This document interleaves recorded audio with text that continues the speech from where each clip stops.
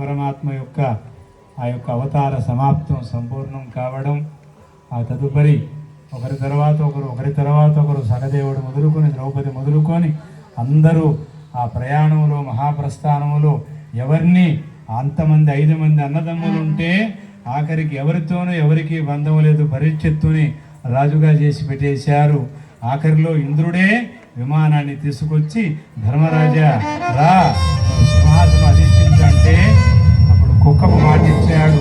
ఆఖరి దశలో కూడా కుక్కకు విలువిచ్చి ఒక కుక్కే కదా ఇక్కడ ఎవరికి లెక్క చేయవద్దని కూడా అనుకోలేదు. అది ధర్మరాజు యోగం. ఆయన సాక్షాత్తు యమధర్మరాజు. అందుకనే యముడిని ఎక్కడా పాపం ఫోటో పెట్టుకొని పూజించేదిలే, మనం భయపడేది యముడికే. కానీ యముడికి దండేసే పని లేదు, అభిషేకం చేయము. ఆయన ఫోటో కూడా ఏమన్నా దొరికితే ఆయనకు కూడా పూజలు చేయండి. ఆయనకు ఎందుకంటే అకాల మరణాలు దూరం చేస్తాడు. సకాలంగా తన బిడ్డల మధ్యన కాంతమ్మ ఎలా కళ్ళు మూసిందో ఆ యోగం కోరుకోవాలి ప్రతి వాళ్ళు కూడా. అనేక చోట్ల తిరుగుతాం, అనేక చోట్ల నుంచి వస్తాం, కానీ